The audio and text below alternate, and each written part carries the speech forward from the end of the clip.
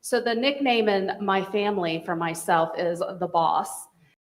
At the Alzheimer's Association, we have our 10 warning signs of Alzheimer's and dementia, and it is there as a tool for families. So I kind of throw out another story at you and tell you how my family went about this and how we used it as a tool that then led to going to the doctor. So back in 2013, my family started noticing changes in my maternal grandmother. And having lost my father, my mother was an only child, and she could only turn to her own 3 children as support for her to figure out what was going on. So the nickname in my family for myself is the boss.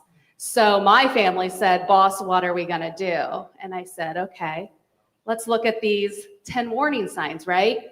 And we have a beautiful worksheet that kind of gives you those signs, gives you some examples of maybe this is normal, maybe it's not, right? And we sat back and observed our grandmother for 30 days, for 1 month. We all just kind of observed our interactions with her.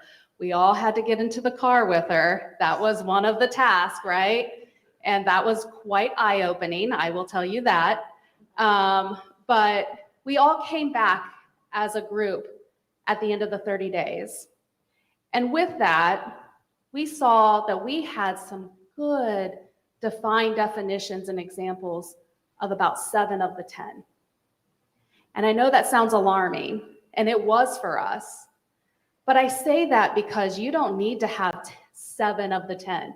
You could have just 1 of the 10 that gives you and your loved ones enough pause for concern that you then need to go and figure out what's going on. Because it might not be dementia, it might not be Alzheimer's, it could be some infections going on, reactions to medications. There's a whole list of other possibilities, but we need to know. We need to not wait.